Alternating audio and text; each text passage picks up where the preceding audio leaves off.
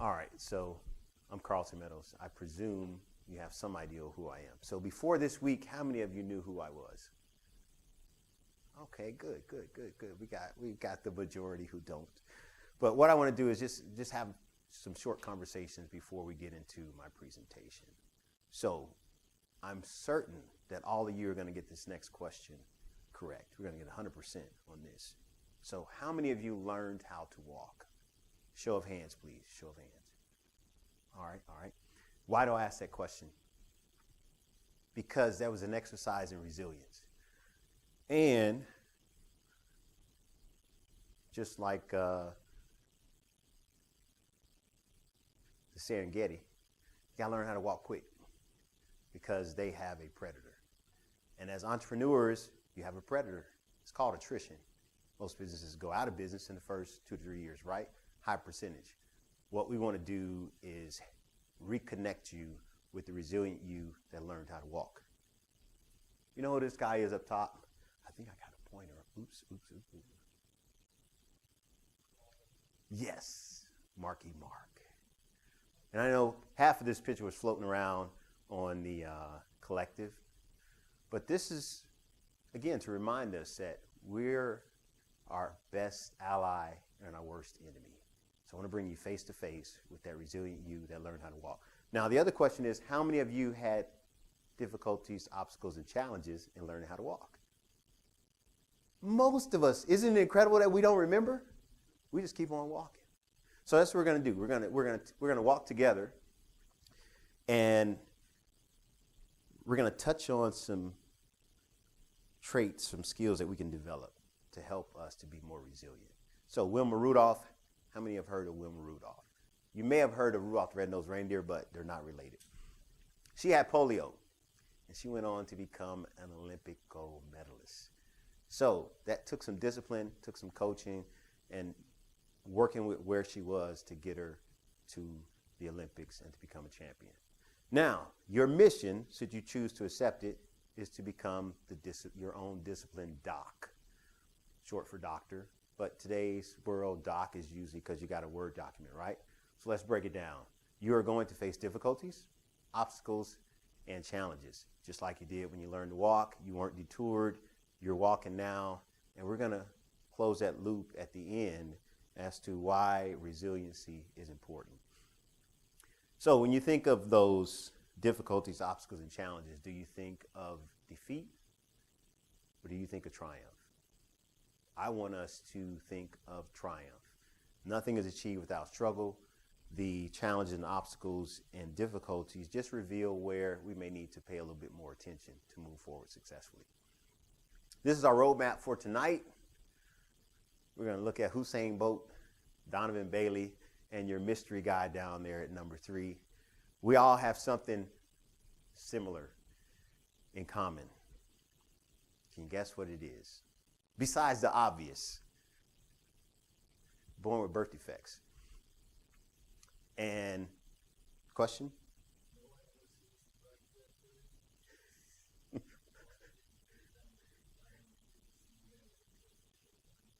Well, I'm glad you brought that up. Let's park there. We're among Spartan families, so let's park there.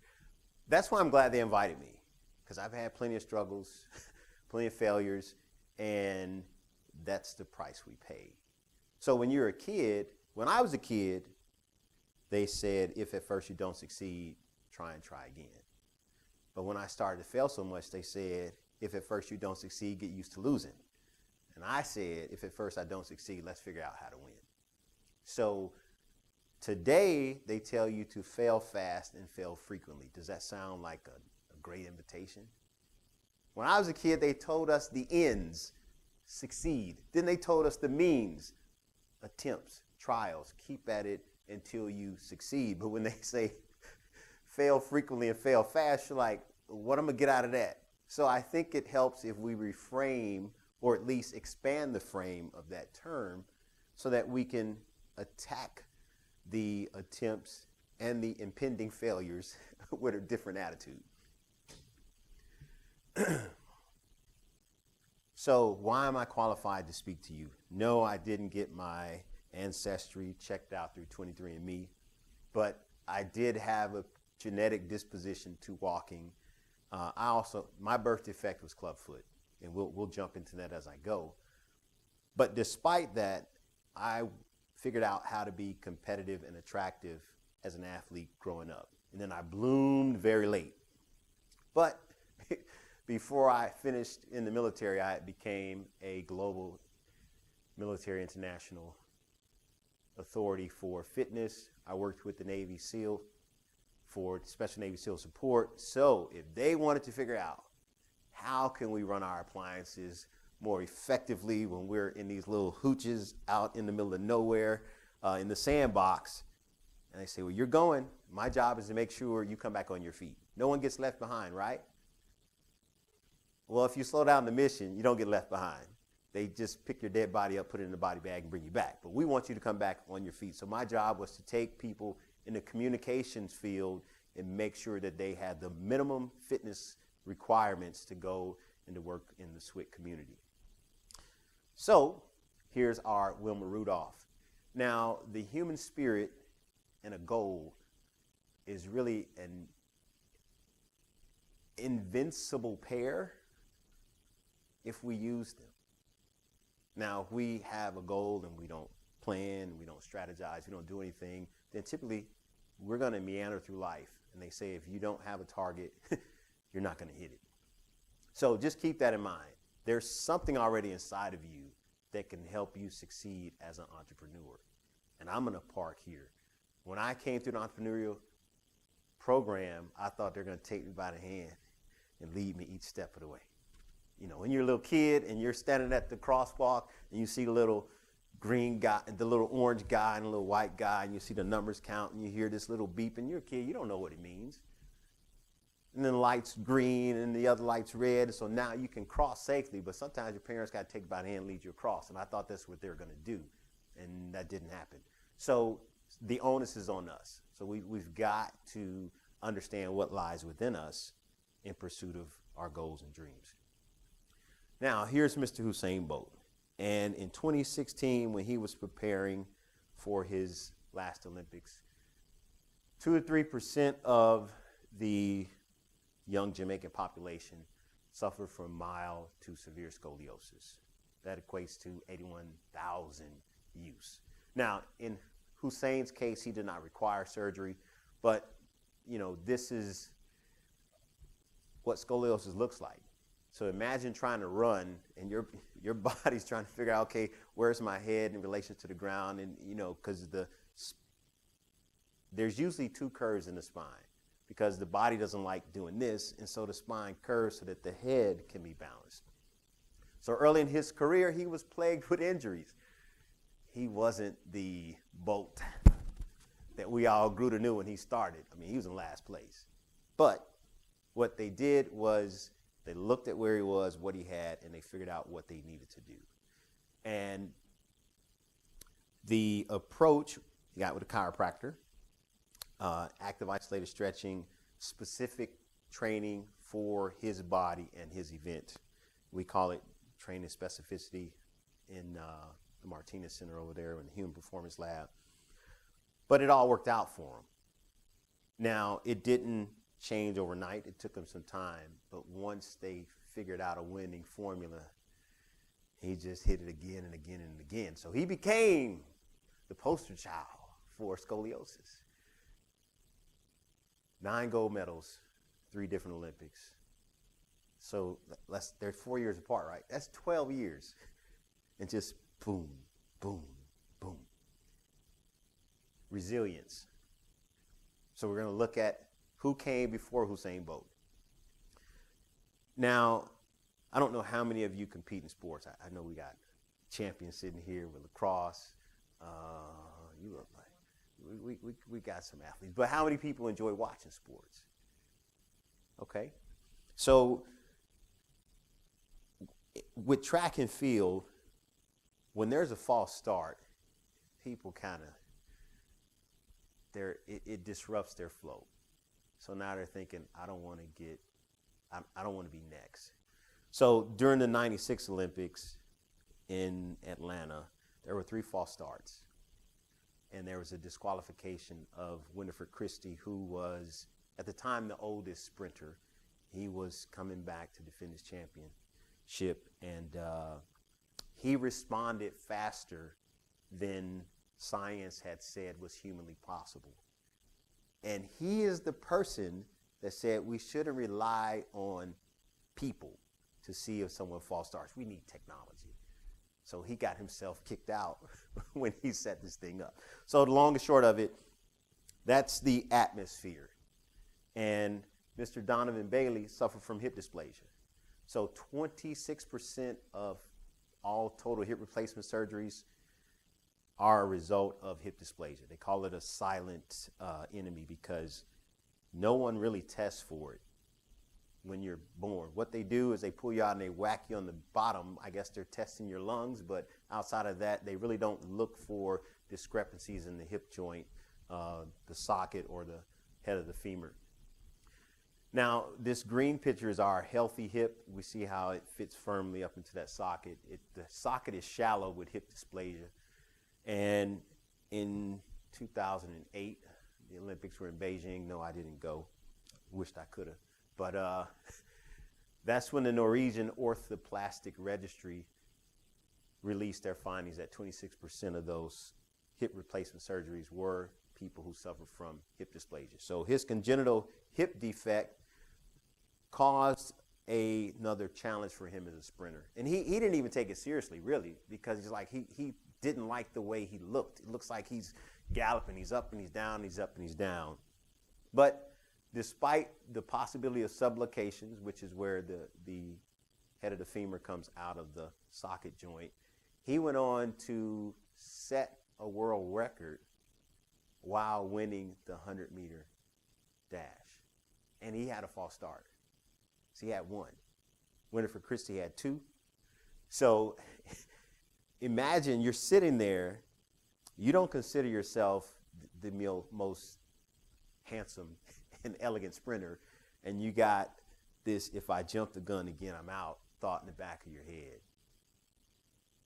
It takes mental resilience. He's going to have to stay focused, wait for the gun, and then run through the tape, which is what he did.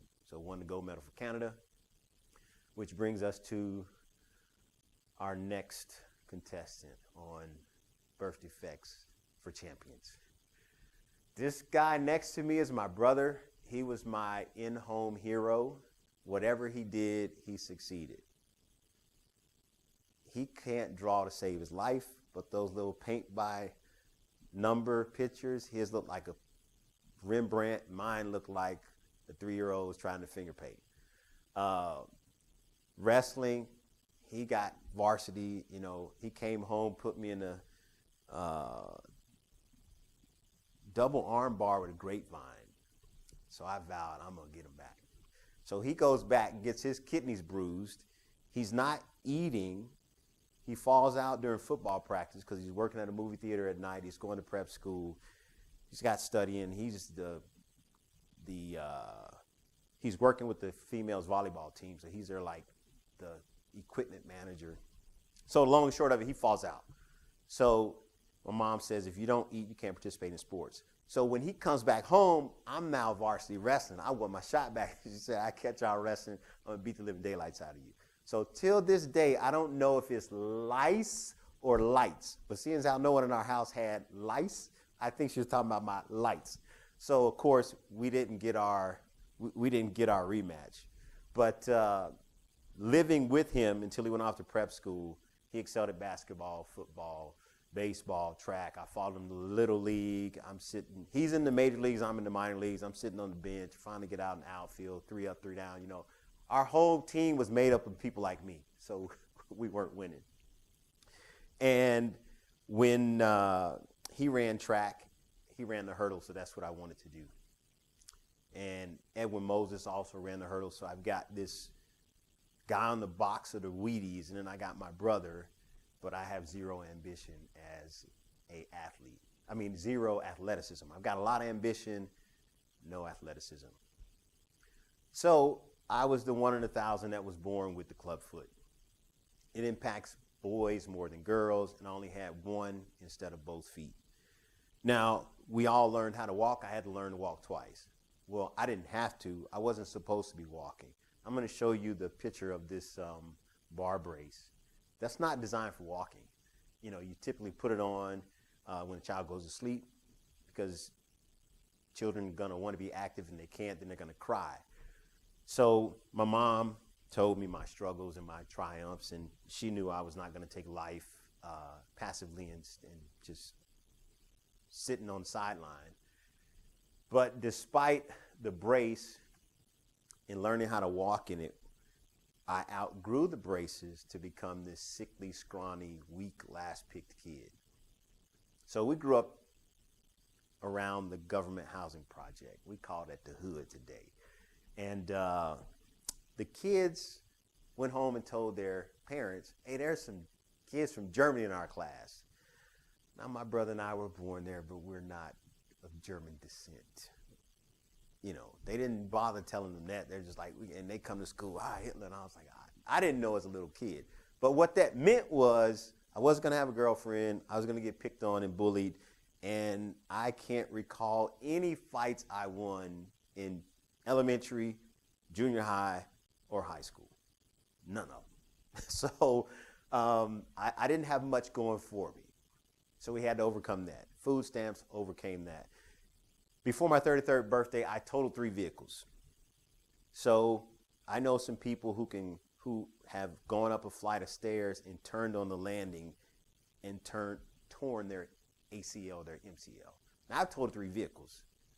Had some challenges to my spine, but nothing was broken.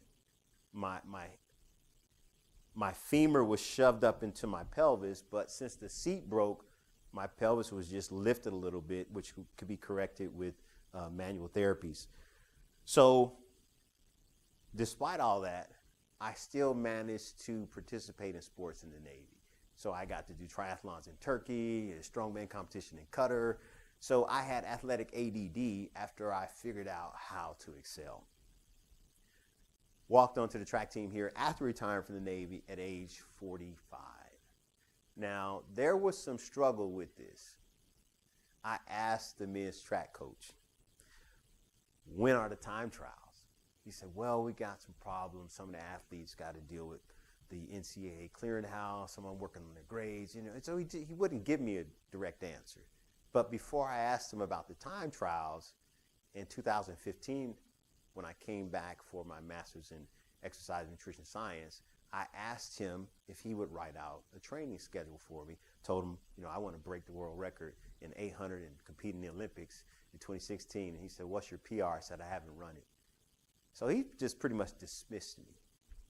So one of the athletes I saw in the study hall, he told me practice at 6 o'clock in the morning. So I show up at 6. The coach is looking like, what are you doing here, Claude?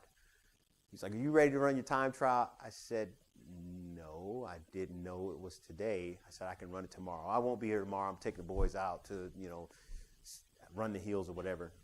So the women's coach agrees to meet me the next morning so I can run my time trial.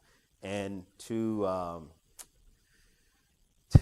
the men's coach, to his surprise, I was able to qualify for a spot as an 800-meter runner. So we move beyond that and we go to the outdoor championships. Now, this is where the resiliency meets real life. I did not run a qualifying time for my Olympic qualifier in California. And when the race was done, it was probably one of my better races, but the time was still too high to qualify for the Olympic trials and then to compete to be on Team America, Team USA. So I wanted to crawl in the hole and pull the hole in behind me and just kind of like disappear. Because people had believed in me, I had sponsors, and I'm thinking they're going to expect to see me on TV. You know, Olympic trials are next week. So I go back to Idaho, and I see a physical therapist, one of the massage therapists say, hey, this is what's going on with my foot. Can you help? So I patched myself up, and I said, well, I'm going to drive out to Oregon, and I'm going to present my case. You know, I'm a veteran. Maybe they'll give me some type of break. I got an AARP card. I'm trying to think of anything and everything. And they're like, the field's set. I said, well, can I volunteer? And like pick the basket up with their clothes and their trainers and take it off the track. Nope, that closed too. We did background investigation. I'm thinking, 20 years in the military, that's all he did. I got a decent enough background to pick up people's clothes. So I watched my race. The guy that they had spoke about did not end up winning. So it set in that I was not going to fulfill that dream. So I had a long drive home from from Oregon back to Florida. And I didn't know what to do. And I had one more race on my schedule, which was the Outdoor Championships in Michigan. So I'm like, my feet are killing me. I really don't want to go. I've already failed. And I look at my travel points with Delta. I'm like, I've got enough points. I don't got to worry about the ticket. And then I'm like, where's this place at? Well, it's not far from my mom's house. I don't got to worry about hotels. I just need to rent a car. Oh, yeah, I can foot that bill. So fly out to Chicago, drive to my mom's house in Indiana, and then I drive to the race, which I do not recommend. If it's more than 15 minutes away, do not drive yourself to a race because all of you are young enough to pursue track later in life. So just tuck that in your back pocket. Get a place close to the venue where you're going to be running. So I get out there and there's this excruciating pain, and I say, well, all I really need is a mile to warm up. And I'm hobbling through the mile, about 3/4 through. I'm like, okay, we're good. So we run the race and we win a silver medal. And had I not, I wouldn't have really had anything to show for the goals I had set for myself. So the point being, we're going to have trials that don't produce the outcomes that we're pursuing, but we evaluate them and see what lessons we can learn. And in addition to my medals, I also finished with Mrs. Meadows. So here's the personal side of resilience. We've been married for 33 years, and she's been through a lot with me, traveled through these different countries, dealt with, my unemployment and other things, which is in the next slide. But when I look at the kid in high school, when I was a senior, I didn't have a girlfriend. I was like, look, maybe I can become a state champion in wrestling and track, and neither of those happened. But to think that, because I had pretty much said, this relationship thing's not working out, let me just focus on just getting out of school and getting out of Gary. Her grandmother lived next door to my grandmother. So I had known this woman most of my life. I thought her sister looked better than she did. So to think that we would be married today is, it blows a lot of people's mind. They were like rolling dice, placing bets. They'll probably make 6 months a year, whatever. But we made it. We made it. She's been around the world with me. She's been through all my educational struggles. She's lived through my bankruptcy and them attempting to foreclose on our house and my unemployment. And I like to say, do what you can with what you have right where you are. So each time I've been in school, something's been going on. 2015, 2016, they're trying to foreclose on the house. I was like, I'm writing letters or motions to the court. And I got a little, I was feeling myself by the third time I wrote one. And I was like, this is just criminal, these banks, and da-da-da-da. Not knowing that a lot of these judges are friends with a lot of these bankers. So he denied my motion. So I said, okay, I'm just going to have to file bankruptcy because I'm not going to lose my house after serving in the military for 20 years. So all of what was going on had to be compartmentalized because I'm in school. School's not going to say, oh, we'll just give you, just tell us what grade you want. We'll give it to you. Life's hard for you. We don't want it to reflect poorly on the school, so we're just going to pass you. No, I still had to do all the work. I still had to train myself.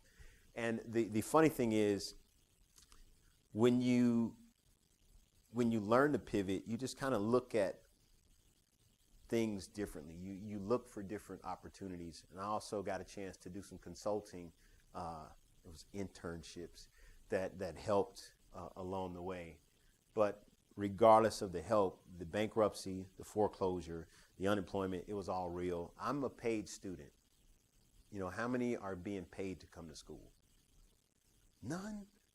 Okay, this is not a pitch for the military. You know, they paid for my school and they gave me a stipend while I was in school. So that was my way of dealing with unemployment. And while I was in school, my goal was to be the best student possible because that's all I had to do. We made it work. We'll come back around to the schooling piece. Before that, how many of you had a favorite middle school guidance counselor? Man, I'm going to take you out to lunch. Breakfast and lunch. My counselor's name was Miss Griffin. And if you were to tell Miss Griffin that one of those Meadows boys is a poster child for an executive MBA program at a private college, she'd be like, you must be talking about Keith, my brother. She thought I was questionable high school material. She told me, you're not going to get into prep school. Well, my brother's in prep school. I'm trying to do everything my brother's doing. So guess what? I find my way into prep school. You know what the prep school did? Drop kicked me straight out. Gave me an invitation by way of academic disenrollment to go find something else to do. And at that point I said, I'm not paying to go to college. Because I went into the Navy to go to college and to be paid while I was in college. When they kicked me out of school, I went to the regular Navy. I said, I'm just going to resubmit my package and go back. I just need some higher SAT scores. That didn't work. So I finally begrudgingly took a college course through City Colleges of Chicago. Didn't know about regional accreditation. It was really pointless, but I got a C in biology, and I'm thinking, it's a little harder than I thought. So can you guess how long it took me to finish a 4-year degree? 18 years. 1/8, 4 years. My math was off. How long do you think it took me to finish 3 master's degrees? Yeah. So 3.5 years. My laptop and my brain checked out on me last summer. And because when we went into the summer intersession, I'm like, where's the rest of the class? This is a year program. You know, and I'm thinking, I'm kind of beside myself. I've done this before. It's going to be cool. Pride comes before fall, okay? So, like I said, my laptop and my brain checked out. If you would have asked me, hey, can you pronounce CAT? I would have looked at you with all confidence and said, parking lot. And you would have said, CAT, and I would have said, sarking lot. You're like, okay, did you learn phonics? Yeah, I did when I was 26. What they got to do with it? It's a parking lot. I was that out of it, and I'm thinking, I don't know if I'm ever going to get to come back to school. I did get a new laptop when I humbled myself and said, I'm going to school to complete my degree instead of to compete with the other students. Things returned to normal. I went back and I finished it. But again, it comes back to resilience. I set out to start something, and it was more obstinate than I had anticipated. Because entrepreneurship is a science, right? Communications is arts. How many of you think there's a difference between arts and sciences?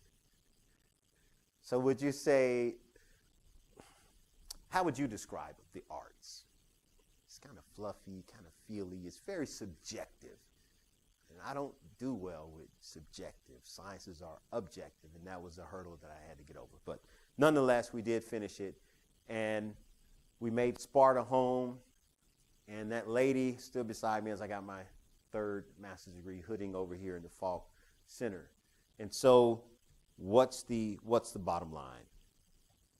Regardless of what you're pursuing, whether it's your business, whether it's relationship, whether it's school, you're going to have to pivot. You know, Dr. White came in before we started, and I was pivoting so much, it looked like I was running around in circles and not making any progress.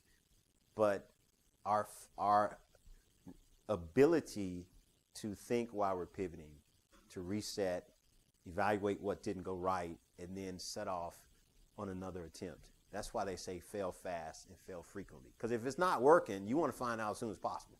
You don't want to invest 8 months into doing something that's not working.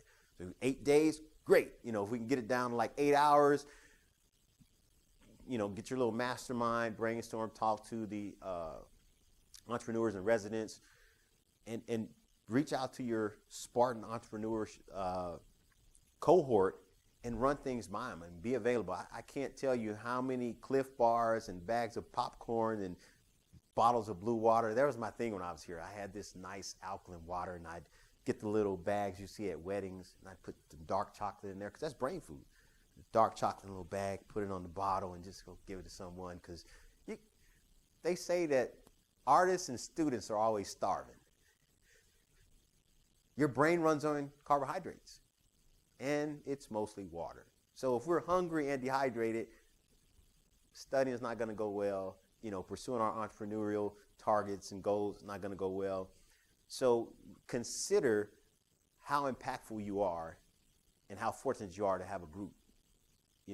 I'm here because I was in an entrepreneurship program. Then I was in the incubator, and I made a lot of connections through the people that I met. I met Brian in the incubator program. Joy and I go way back. I was speaking at the inaugural Ignite Tampa Bay, and I reached out to her, and we connected on LinkedIn. And then she came and spoke in our entrepreneurship class and posted on Facebook that she was in Sparta, and I was like, because her picture looked like the Garnier shampoo commercial. So when she came to class, she was, her hair wasn't like it in her profile picture. And I was like, that's her. And for all these years, I had known her, but I had never met her. And, we had a foundation online before we met in person. So it was just great to meet in person and to be here as her guest to speak to you. Because I guess something about my story is impactful or inspirational. But I'm a student, or was a student just like you. I was in the incubator just like you. And that's what I would recommend. Look at the people and ask yourself, how much in common do I have with them? I'm not Tony Robbins. I'm not that tall. I was never that much overweight. So I didn't wash my dishes in my bathtub. So when I show up, I'm a little shorter than he is, and I look different. So the reception I get and the reception he got may be a little different. So as students, as entrepreneurs, as Spartan, we have some things in common. Look at where you're trying to get to, and look at someone that's gotten there, and see if you can glean some information from them. If they've written a biography, then of course you can read it. But some people, they'll give you the time of day, especially if they're entrepreneurs and residents here. Ask them the pertinent questions, like, what were you doing, not last week, when you were in my position? Because sometimes we get the stories of way back when they decided to leave their job, and their job was like, no, we don't want you to leave. We're going to give you an assistant and a raise for a year and let you think about it. And you're pretty much running your business off of their funding. But how many of us have that situation or circumstance in our favor? So that's one thing to look at, how similar their circumstances are to your circumstances. And this is to remind us that if we take a dogged persistence, you're all innovators because you're entrepreneurs. How can I reframe what's in front of me? It goes back to, if at first you don't succeed, try and try again, versus fail fast and frequently. Now, if my wife asks me, hey, how do I look? I say, look as good as you can, let's go. Or if I said, baby, you couldn't look any better. It's the same thing, right? It's just how you deliver it. How many of you have vehicles? Do you have a used vehicle, or did you purchase a previously owned vehicle? They're both used, right? It's how we frame it, or how they frame it. So when you look at us, we learn to walk. You look at the gazelle, it learned to walk and then quickly learned to run. So our command of our feet for this pivot, I want us to think of the horns on the gazelle aren't really a weapon. That's kind of like mating ranking. But for us, if we look at ourselves as a gazelle and we look at the attrition of entrepreneurs as our enemy, let's have a defensive mindset and an offensive mindset. Because if we know something is coming, we can plan for it. If I know someone's going to hit me over the head, I can assume a submissive posture, back up enough to where they're following me, kick them in the knee, in the shin with this leg, and kick them upside, somewhere with the other one. I know it's coming. So am I going to be a victim, or am I going to choose to be a hard target? So by envisioning what your goals are, having a plan, a strategy, and some people that will hold you accountable. When you think of leadership, does that sound like an art or a science? Does it sound subjective or objective? It can mean a lot of things to a lot of different people. But a governor sounds a little more objective. So if we look at self-governance, so I'm going to end with this. D does not equal D. Does that make sense? No, D does equal D. No. In this case, it doesn't. Just because something is delayed does not mean that you've been denied. You were pursuing this. I'm going to hit it by this date. The day comes, it's like, nope, not today. That's all it means, not today. Doesn't mean never, it just means not today. So what I want you to think about doing is decreasing the distractions in your life. Because when I was in school, there wasn't much I could do about the foreclosures and the bankruptcy, but there was something I could do about social media when it wasn't contributing to me getting the tasks completed that had to do with school. And then when I was in the incubator, did it have to do with moving my business forward? So it's taking ownership of our time. So if we govern ourselves instead of leading ourselves, sometimes leadership, as I said, seems subjective. Debrief yourself. At the end of a week, sit down with your planner and your goals and see how much did you achieve, and look at where your time went. If you hit all your goals and you manage your time, that's probably why. If you missed half your goals and your time is just kind of all over the place, then we want to start demanding our time and deploying ourselves into 15 to 25 minute increments or blocks of time. Because if you let 15 minutes get away from you, you can recover. You let half the day get away from you, it's a little harder to recover. So if we look at how we function best, some people, morning people, midday people, evening people, but once we figure out, okay, this is my prime time, work in 15 to 25 minute blocks. Because what you see first and what you see last is probably what you're going to remember. So you want to have multiple start and stops in your tasks and in your studies so that you can stay focused while you're working, as opposed to, how many of you have read something for school, spent 3 hours reading, and you don't have any idea what you read? The reading zombie showed up. And then you trudge through it again, and you're like, I still don't remember what I read. So say if you read for 15 minutes, you got up, move around, because motion isn't just lotion for our joints, but it also helps our brain. Then you go back. You can focus for 15 to 25 minutes. Then take a break, hydrate, get some fresh air. So debrief, deploy yourself, decrease your distractions, and discover yourself. What I'm going to do is reach out to you on LinkedIn. I want to send you a DISC assessment so you can discover how you engage with the world around you, because most successful people, apart from having a routine, they have a good idea of who they are. So their self-awareness or their own emotional intelligence is pretty high, and then they're pretty authentic. So if you're trying to excel in an area that's not a talent for you, that's something you might want to delegate. And if you know someone or you each have different strengths, then maybe you can partner and say, hey, I know you hate doing videos, so I'll do some videos for you. And you can say, I know you hate putting stuff together and making these little infographics. I'll make the infographics for you. So it's looking at how you can cover your areas that you're not talented in, but actually when you pour yourself into what you do authentically, especially if that's what's making your revenue, then you're going to have more productivity and you're going to be compensated more for the time you invest, as opposed to struggling with something that you're probably not going to make that a strength. If you're aware of how you are, if you don't like dealing with people and you're going to try to force yourself to deal with people to move your business forward, when you could just say, hey, let's get a PR firm, or let's get one of the companies that's in the incubator that loves engaging with people.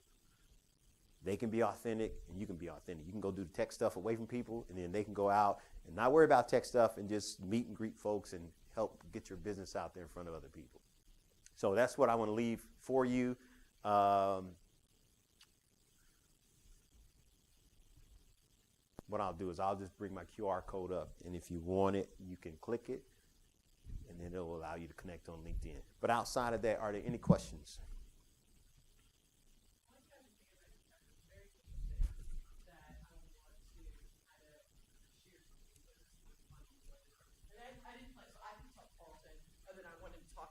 Importance of mindset is the only thing that I told him, right? Like how your mindset helps you achieve goals. Do you remember what I talked about in Rebecca's class that day? Because I don't remember. Because I've done it every semester for her, so it's a different talk every time. I don't remember, Karlton. Do you know? Was it just an entrepreneurial journey, or I don't remember. It's been a long time. I don't remember. I was just ecstatic that you were in our class and those two other guys. I was like, man. They brought in the rock stars for us as students. So that brand equity of being a Spartan, use it to the best of as much as you can. So the other thing that's interesting is, like I said, I didn't tell you what to talk about. So Karlton actually, I don't think, knows this. So I was an athlete when I was in school. I was an athlete in college. But it's interesting how this came about. And my brother actually wore those same braces, Karlton, my younger brother. So very interesting. I got sick when I was in 9th grade. So I'd played in 7th and 8th grade, right, basketball. And I was unable to attend the tryouts. I was like really sick, and so it was an interesting thing. So I was just disheartened, and I was so frustrated because the team was chosen, and I was like, this is just devastating to me. 2 weeks later, one of the girls had to leave. Her father was in the military and had to withdraw from school because she had to get transferred. So there was an opening. 64 girls went out for that one spot. And it was funny, the coach said to me, he goes like, it's probably not going to be you.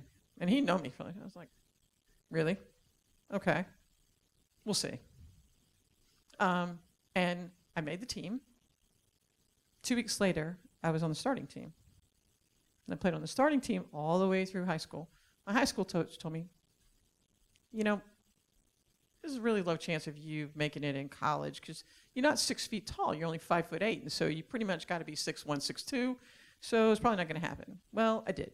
And so it's a mind over matter kind of thing at the end of the day. Because it wasn't because I was better. Let's be really clear. In my opinion, it wasn't because I was better, but I was way more determined than a lot of other people and putting in the work.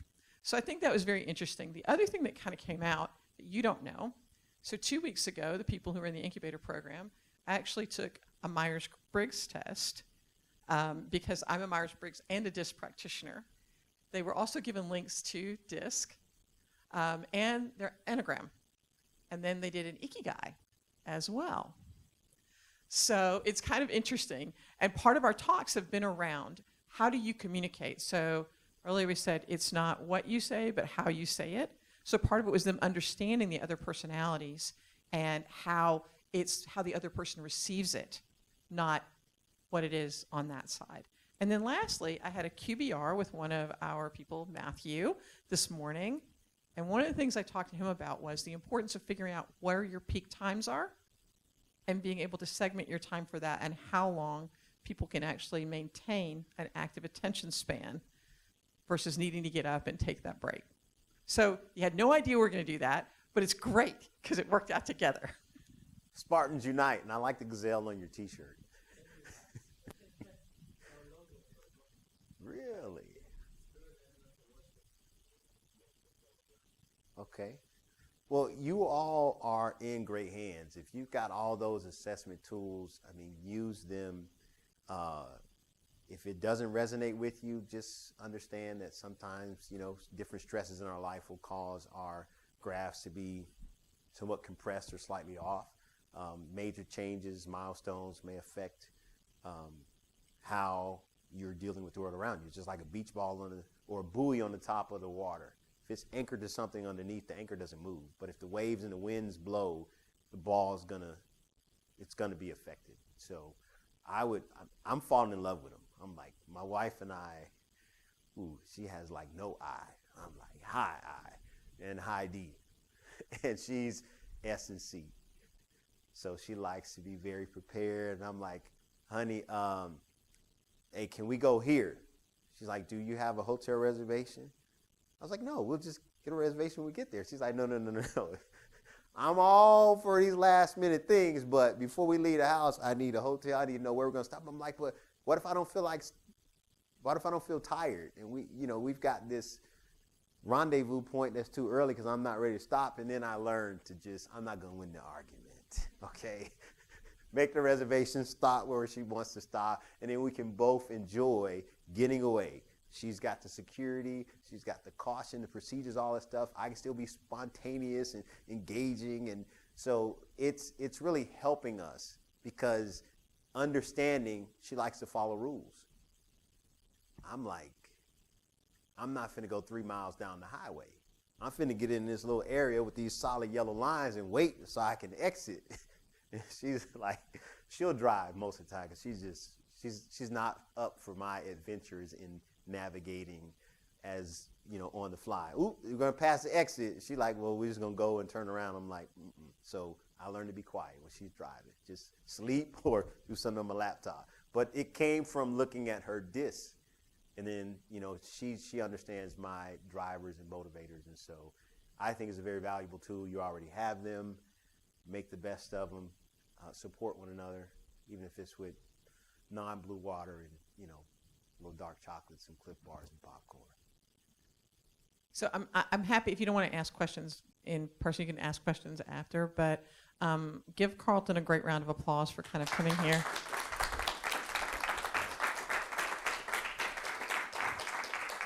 And I will say, it was very interesting. So like, I meet a lot of people, and I've kind of told people this, like, you go speak places and things like this.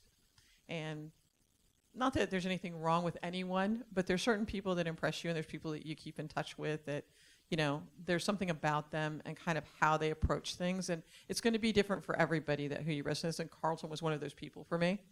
And so that's kind of why we've hung out. And when I was thinking about some of the things we were talking about, mindset and what people achieve, I was like, I think I know the right person to come talk about this.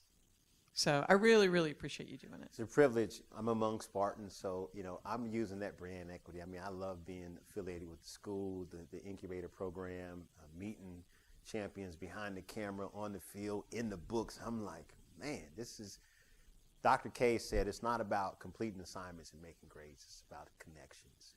So I'm glad that I'm in the Spartan family, and I appreciate the reception. Thanks so much. Let me get the mic for his question. So just to be clear, no hammocks are being given away. Okay, so. Can you speak about how your Navy experience contributed to your success in life? Wow. Okay. I went to SEER school. I was a tactical airborne direct support element. So I wasn't attached to a squadron. I was somewhere, and when they needed us, they'd send us out. And there wasn't a lot of people like me that looked like me in the program because you had to be able to swim.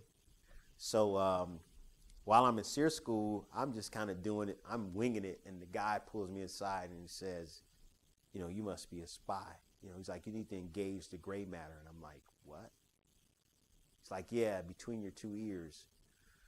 So in some cases, I didn't follow instructions. In other cases, it was discrimination and racism. And what it taught me was that I can't fight every battle and expect to have some diplomacy and some support. And I think around year 18, no, in my 19th year, they said, I think he finally gets it, but it might be too late. So I didn't get advanced. And it took 5 years to accept that I was not going to be a chief in the Navy after I retired. So I think the opportunities to deal with conflict, to not know how to resolve conflict, and to not be able to get away, because I was under contract. So I had to look at myself in situations where it may not have been my problem, but the only thing I had control of was myself. So when I left the Navy and I ran into challenges, I already knew the only thing I could control was me. So how am I going to respond to it? You know, what resources do I have?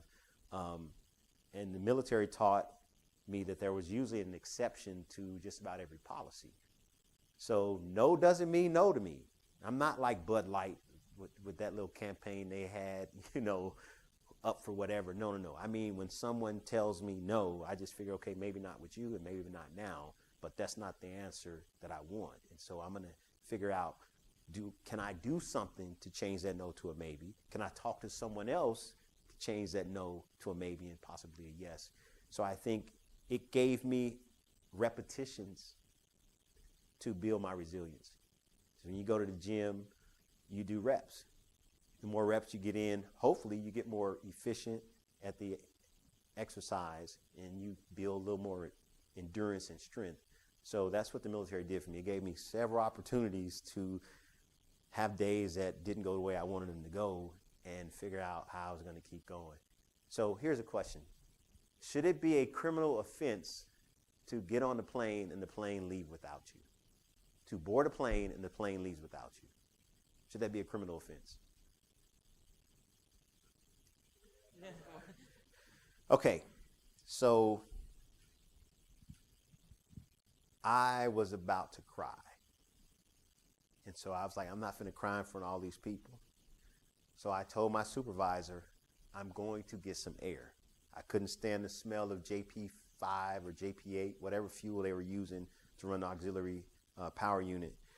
So I climbed down the ladder and I go sit on the edge of the tarmac, trying to just pull myself together because I'm going to be on this plane for the next 8-9 hours with these people.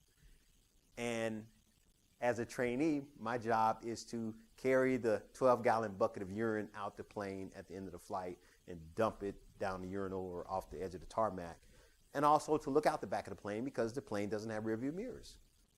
So I'm sitting on the tarmac and I see the motion out of my peripheral vision. Someone's pulling the ladder up into the plane. And I'm like jumping and I'm like, I'm going to jail. I'm going to the brig. I'm never going to see my family again. I was like, no, go to air traffic control and let them know they left me. They need to bring the plane back. That was the longest day of my life.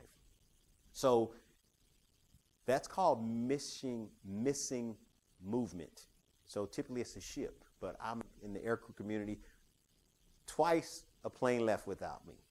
This was unintentional. So the guy that's just advanced from being a trainee, they're like, Lightness, where's Meadows? He's down there. They're like, stop playing. Where is he? He's down there. You know, so he would joke with me all the time about it. So he told me what was going on up in the plane while I'm down on the ground thinking, I'm in Greece. I'm never going to see my family again. Probably never see the United States again. I'm just SOL, sweet old lady. I'm just out of luck.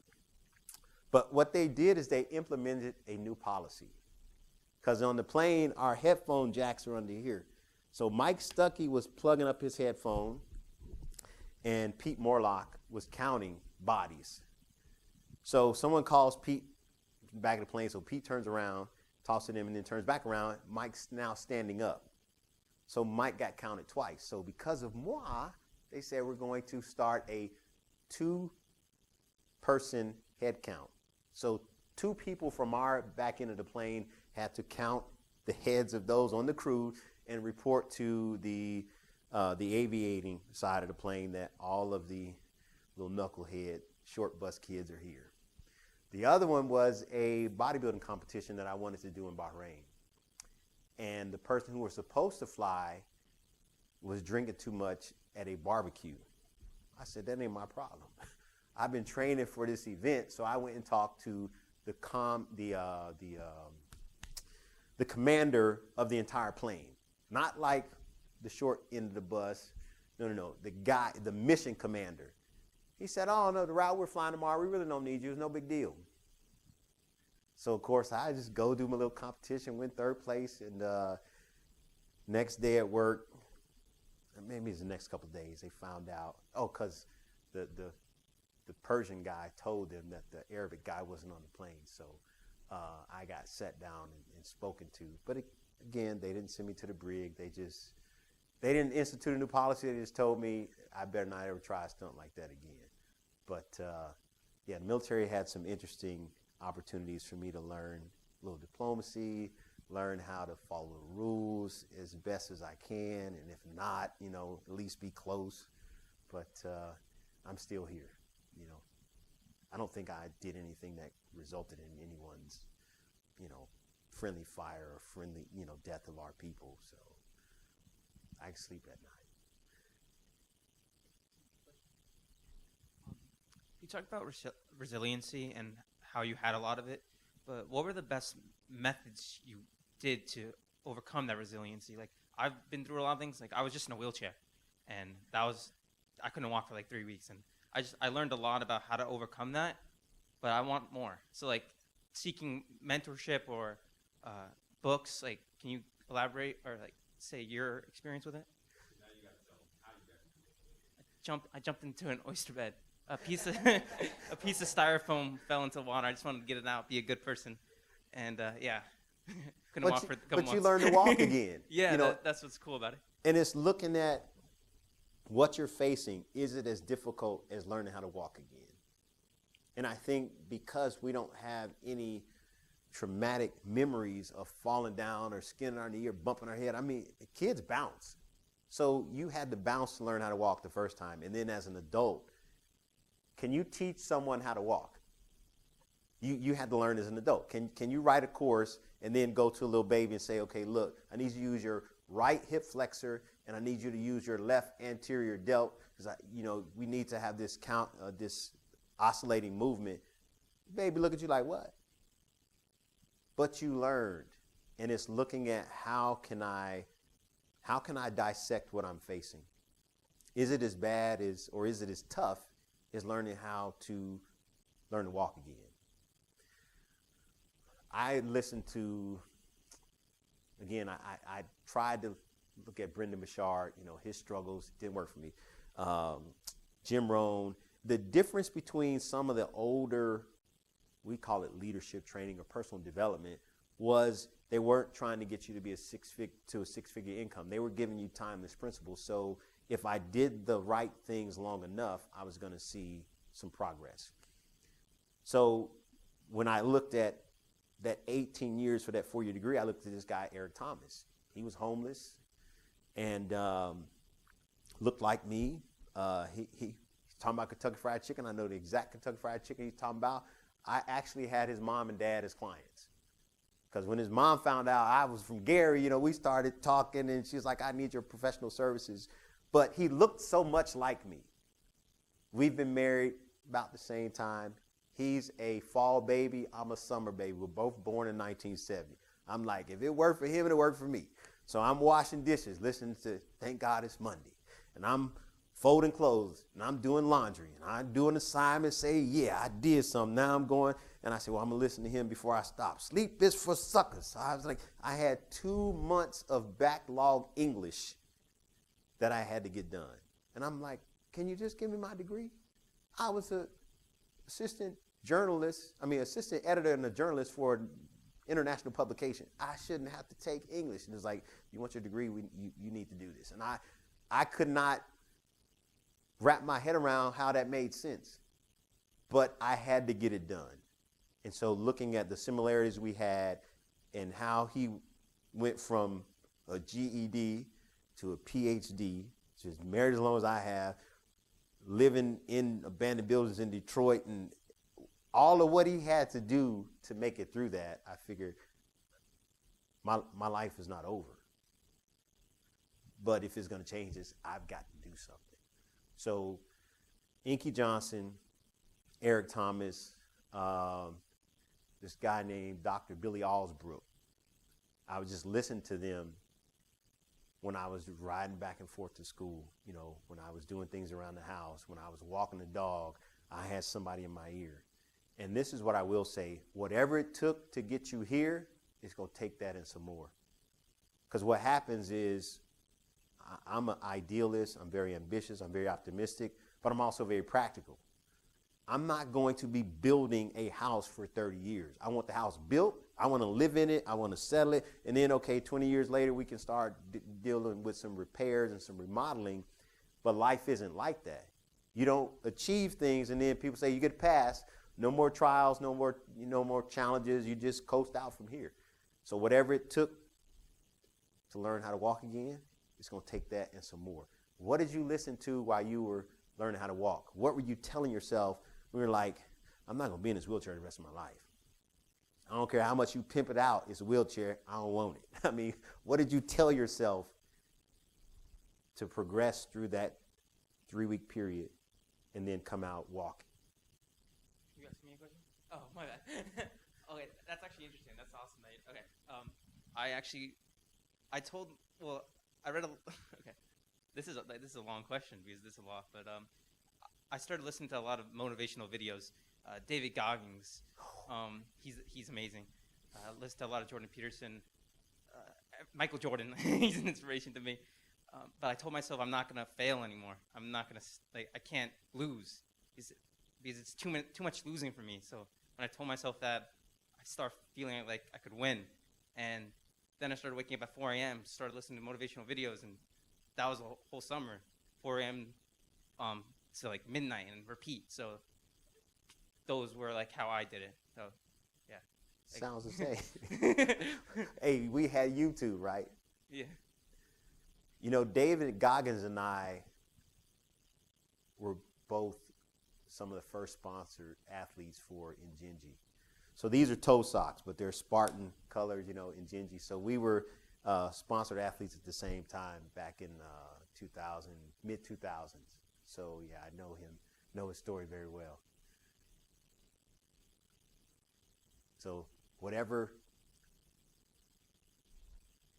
make your playlist, you know, of those best ones and just go back to it, you know. And then you may have to add some things because where you were then is a little different than where you are now and where they were. So it did, you know, if you can get stuff from that same period, like some of the stuff from ET now, I'm like, no, let me go back to the TGIM. Let me go back to the old stuff. Billy Alsbrook, let me go back to the old stuff. So yeah, if you have a list, maybe make some quotes, put them on some cards, you know, post them up around the house. But we pretty much did the same thing. We had someone in our ear that was overriding the circumstances and the situations we were in, and they were giving us the outlook of what's possible. Thank you. Thank you. All right. Thank you all for coming out.